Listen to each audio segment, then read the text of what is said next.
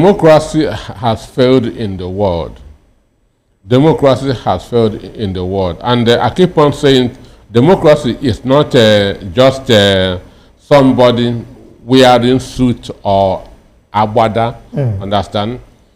Or the process that brought somebody to an office must be transparent, must be credible. Right. Understand me? And if there's a manipulation before the day of the ballot, what happens is not democracy, and this is happening in most parts of the world. That incumbents use every means to disenfranchise or to stop those who consider as threats to them from contesting on that. Okay. It is happening in Uganda, you know, with the guy that is now facing a military court. Bisagi. Understand me? So do in other countries of the world. This guy, Gbagbo, went to the ICC, was discharged and acquitted. Right. So all the charges that you have against him has been dismissed. So he has every right to be part of that ballot. So telling him that he has no right again that to contest is wrong. Understand? So the people should decide whether they still want him or not. Okay. Because election everywhere in the world is a referendum. It is an appraisal. And when an incumbent feels that he had not done well, right, he has reneged on his election promises, and that people are likely to seek for an alternative, what they will now do is to try to manipulate on the process that will lead to the challenger defeating the incumbent. Okay.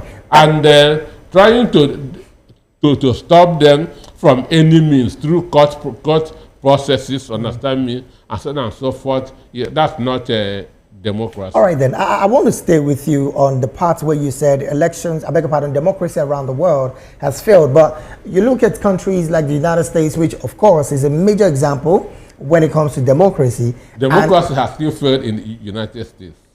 Maybe you need to expand on that a little bit before I go to Uganda. Okay, one, Donald Trump, when he was sworn in 21st of January this year, yeah, he was talking about what's known as small government ideology.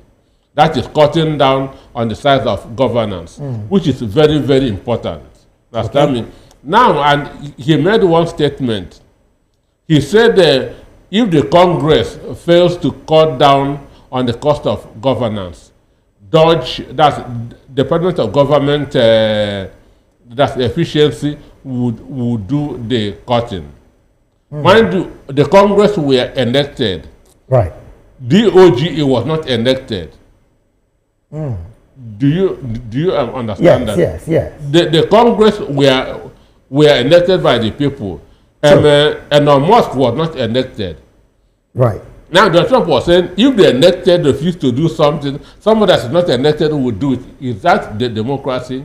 It is not. Well, it is also understood that Donald Trump has a way of saying things that in the end might not even bring to the light. Don't you think this is another conversation that might want to be one of those Donald Trump statements that are not going to be taken serious by the American people? It is not.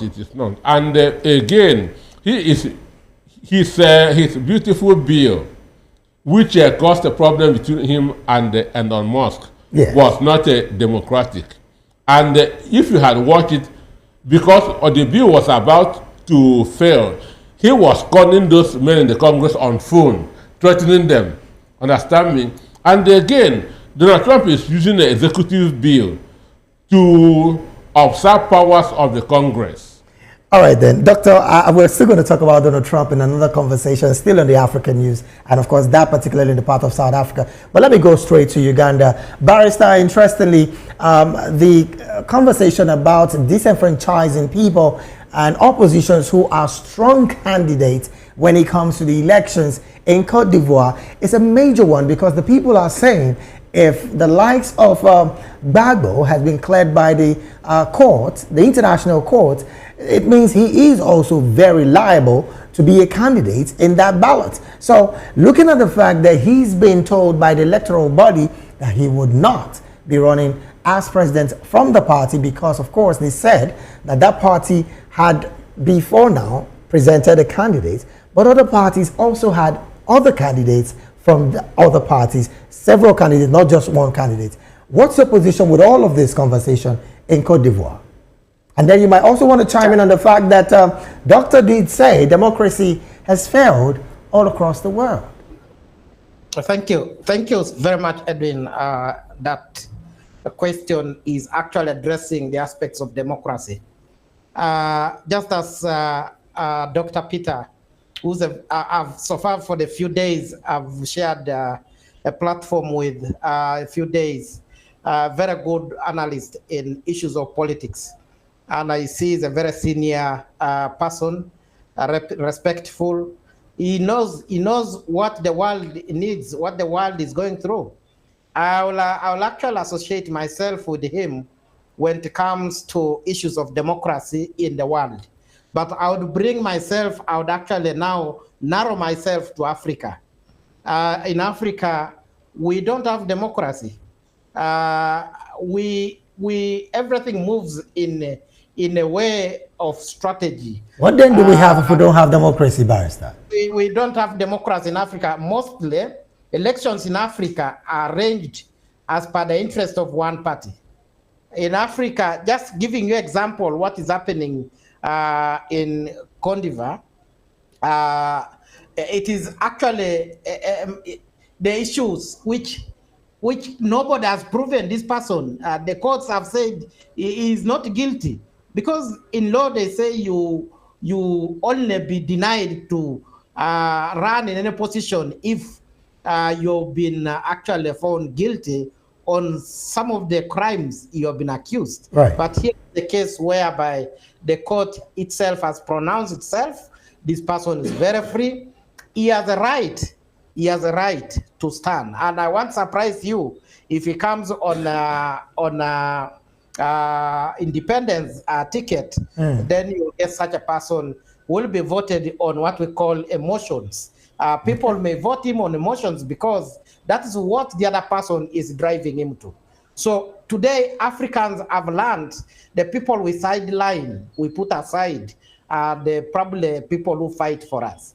So I believe there is no reason of putting him to that level of not being in the ballot. Okay. That is what I'll say about it. Well, I'm still going to stay with you, Barrister. Interestingly, the person of Gbagbo has said he's going to run as an independent candidate. But again, the question that some quarters have been saying is the fact that if he decides to run on independent candidacy, isn't the same electoral body that said he cannot run with a party going to still find a way to still take him out? Because there are concerns, even from the former banker and minister, I'm talking about Tijan Tiam, fueling serious concerns about a possible unrest on that election come October.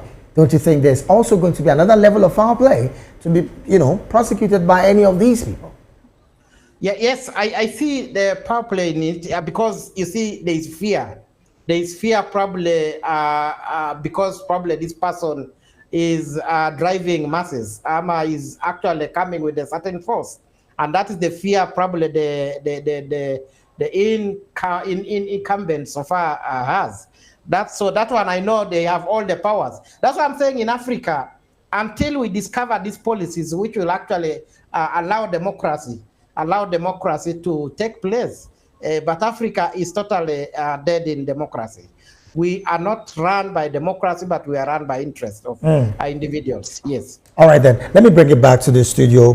Doctor, interestingly, as it stands, he did say earlier that the person of Gbagbo might just get a higher vote ahead of Alassane Ouattara of Cote d'Ivoire on the part of emotions. And that seemed to be something that some quarters will say, even here in Nigeria, is what the likes of the person of Peter Obi might be getting come the next election. Do you share that particular subscription before we go to South Africa? One, emotion helps candidates. It's just like if you want a book to be read, ban it. Understand me? Okay. When you ban an author or you ban an artist, you are making the song or the book popular. People will want to rush in to see the reason why the book was banned. Right. Understand me? So it makes all the book that you sell. So that's emotion plays a very strong part in politics. Okay. Understand? People always see that person being victimized as being like them. Understand me? People see that person that is being victimized as being like them, and their sympathy usually go to that person. All right, then let's move. But it depends on their constitution. Okay. That if their constitution allows for independent candidacy, just like in Nigeria, our constitution doesn't allow it. So it depends on what their constitution says. All right, then let's move from there to South Africa, where interestingly, just about a couple of hours ago, Donald Trump has imposed a 30% tariff increase on South Africa. Now, this conversation has been long coming for a while. The person of the president of South Africa, Cyril Ramaphosa, did also go to the White House thinking he could find a way to manage the bilateral relationship between the both countries. But it seems like this is come to stay. 30% increased tariff on South Africa. You're an economist. What do you think that would imply on the goods and services and, of course, products from South Africa going outside South Africa? Well, it's going to affect the economy of South Africa. It is going to affect... in the long term or in the short term? I was going to add. Both. One, Ramaphosa played a very bad politics before the coming in of Donald Trump. How do you mean bad politics? He was the person that took Israel to ICU. Oh, okay, okay. Understand me? And Donald Trump is a strong supporter of Israel. He is South Africa is among the BRICS. And BRICS is anti-United States.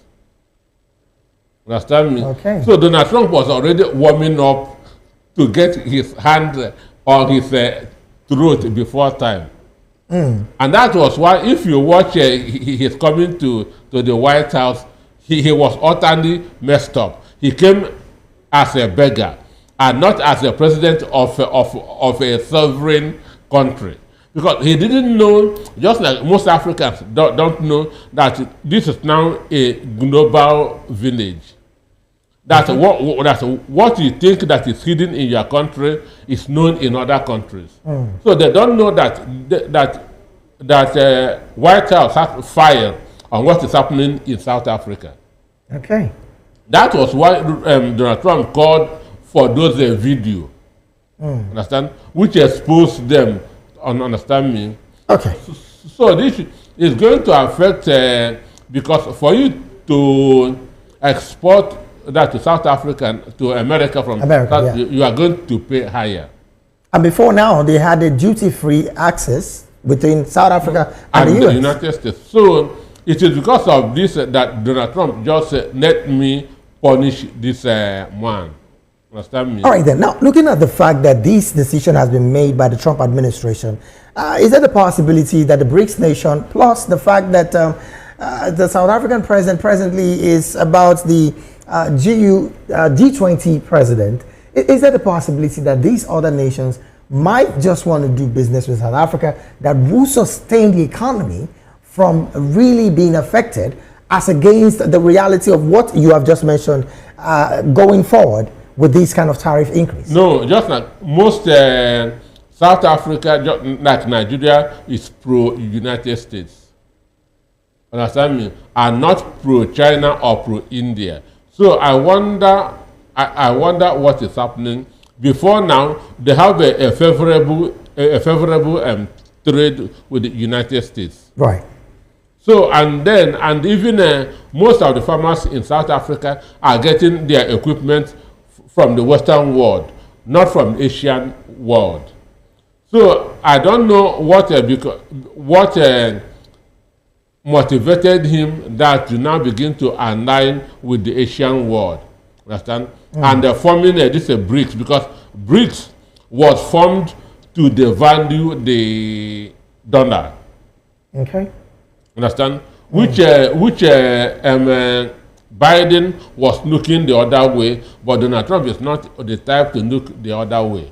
All right, then let's take this conversation to Uganda. Well, Barrister, this conversation about a 30% tariff increase on South African goods is something that the economists here, I'm talking about Dr. Peter, has said that it would seriously affect the economy of South Africa. Now, in trying to curb these particular decisions by the Trump administration, the president of South Africa, I'm talking about Cyril Ramaphosa, did go to the White House, and he had some level of commitment with the U.S. government, particularly the purchase of U.S. liquefied natural gas, the ease of poultry import regulation, and in fact, the investment of $3.3 billion in American key industries like the mining. Now, all of these efforts was made in order to get into the good books of Donald Trump, but unfortunately it did not work. Going forward, how do you think South Africa might be able to manage and navigate a major economic shutdown from these kind of decisions? Thank you. Mine is very simple. South Africa, just as you have said, President Ramaphosa actually was very happy when he was stepping White House that time when Trump came in power. I want to assure you it is not Trump who's fighting South Africa. Then who is fighting? You would put this one the other way around. That if I have a girlfriend outside there and you go and fight my girlfriend, then I will not be in good books with you. So any friend South Africa is not good with and is a friend to Trump or to US, then that is the person who's fighting South Africa. You can put that to books. So bringing Israel in books, you get that Trump and Israel, they are colleagues, they are good buddies. So you get that Ramaphosa was wasting time by going to Trump. We would now start with Israel. First of all, to amend issues, maybe if there are issues. So I would say it's going to affect the economy of South Africa. Not only South Africa. South Africa is our home, all of us. Because I believe we share markets. What I have in Uganda sometimes goes to South Africa. So it will also be affected on the other hand. So Africa is actually a continent which is targeted by the Western world because of our weaknesses. And these weaknesses are just corruption. The moment we get this seed out called corruption, then we can be in a position to put our markets in order and also get to know how to treat our friends so that we can now relay our production in the right manner. All right, then. So Ramaphosa should start building friendship with Trump's friends. That is the first thing. Okay, let me bring it back here to the studio. Well, Doctor, I asked you earlier, and of course you answered me in different forms, but on the fact that Cyril Ramaphosa went on an investment conversation with the U.S. government, $3.3 billion in key American industries like the mining industry. It's one major conversation that some South Africans are saying at this point. Is the president not even going to withdraw these contracts that he has decided to push into the American government because of trying to escape the hammer? On one part is South Africa. On another part is Lesotho, another country very close to South Africa. I mean, you even want to say they're inside South Africa. They're inside South Africa. South Africa, I beg your pardon, Lesotho is having a 15% increased tariff from the U.S. The economies of these two countries, Doctor, how can they navigate it for it not to be a major disaster going forward? Because as it stands, what affects South Africa affects quite a number of countries. What affects South Africa, because South Africa is the major player in the Southern African region, where exactly. you have Lesotho, Mozambique and the likes. Mauritania, Botswana, and so on and so forth. Yes. So South Africa is like the United States there. So everything revolves around them. So whatever affects South Africa affects them. But the issue is this. 3.3 billion is nothing to the United States. Understand me? So it cannot push Donald Trump with a $3.3 billion investment. America, United States is a $38 trillion economy. $38 trillion economy, followed by China with 19 trillion. Right. Understand me? So 3.3 billion is not at all. It's nothing. It's nothing. So you cannot. So what you can do with Donald Trump is make Donald Trump friend, make Donald Trump happy. Understand? So that his grace will be getting to you. Now, in the quest of making Donald Trump happy, what can the South African government do in the interim?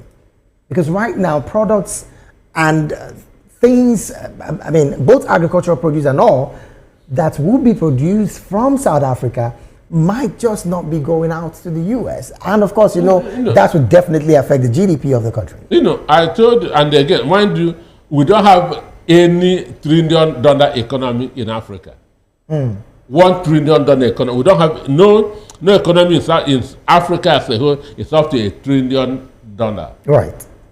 We were nearing $1 trillion in 2014, in 2015. Understand?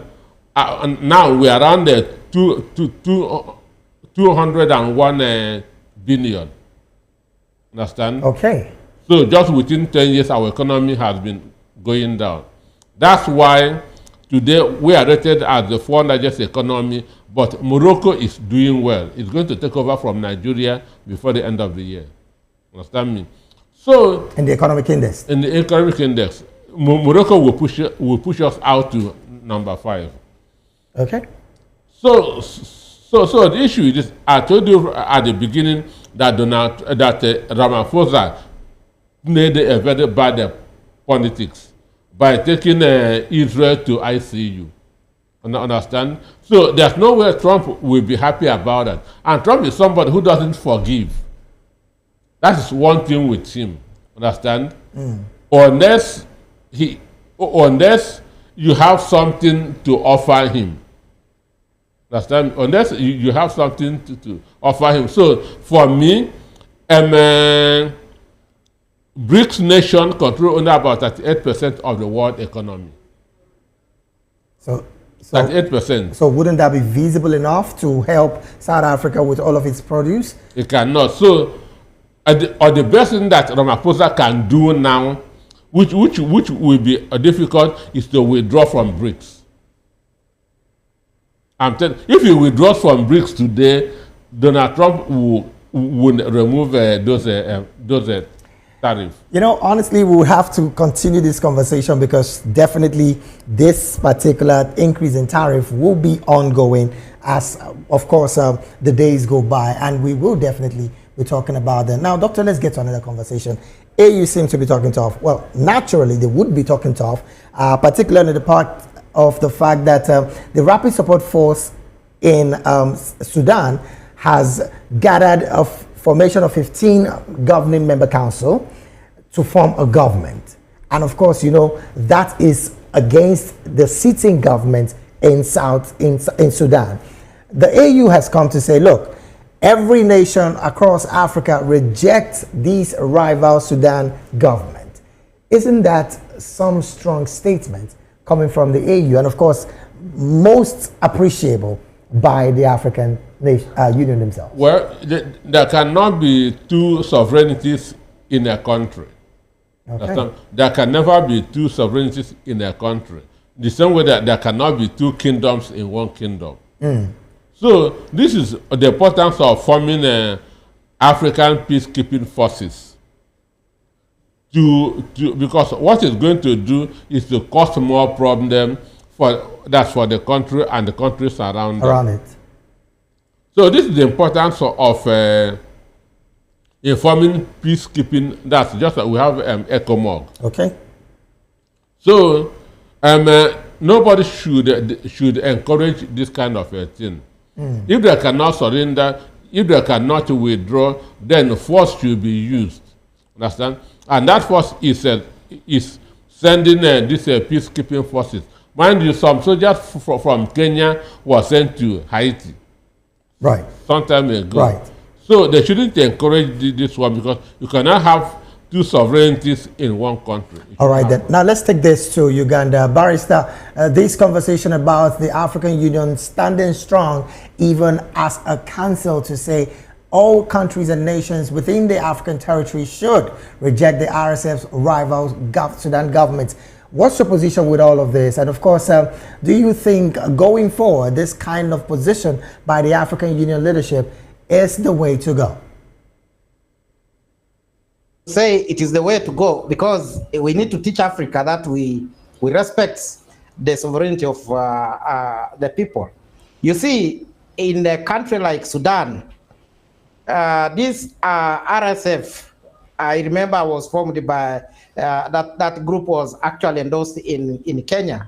I remember if you remember very well, Kenya replaced the candidate by the name His Excellency the retired Prime Minister Raila Amolo Odinga to run for the chairmanship of AU. And I think one of the things which actually contributed his failure for that election was because the president himself supported this idea of RSF. So you get that in Africa, we need to desist ourselves from supporting things which we know better that may not help the population. And this is just lying ourselves. We are running into leadership. We are running into that we're chest stamping, which is not good. So RSF, I would support the African Union by rejecting this in totality. All right, that will be the position. Well, I'm still going to stay with you, Barrister. The conversation about Rwanda and the Democratic Republic of Congo having to get to sit down and have a first meeting of a joint oversight committee marking a step forward in the implementation of the peace deal that was reached in Washington. I mean, you understand the fact that the DR Congo have been having serious warring factions with the M23 rebels that, again, have been linked to the Rwandan government of Paul Kagame. At this point, they're having a sit-down committee to have the first meeting held. From your position, do you think this particular conversation and this meeting might just see a total stop of the fact that the M23 rebels might just evacuate DR Congo finally because of this conversation?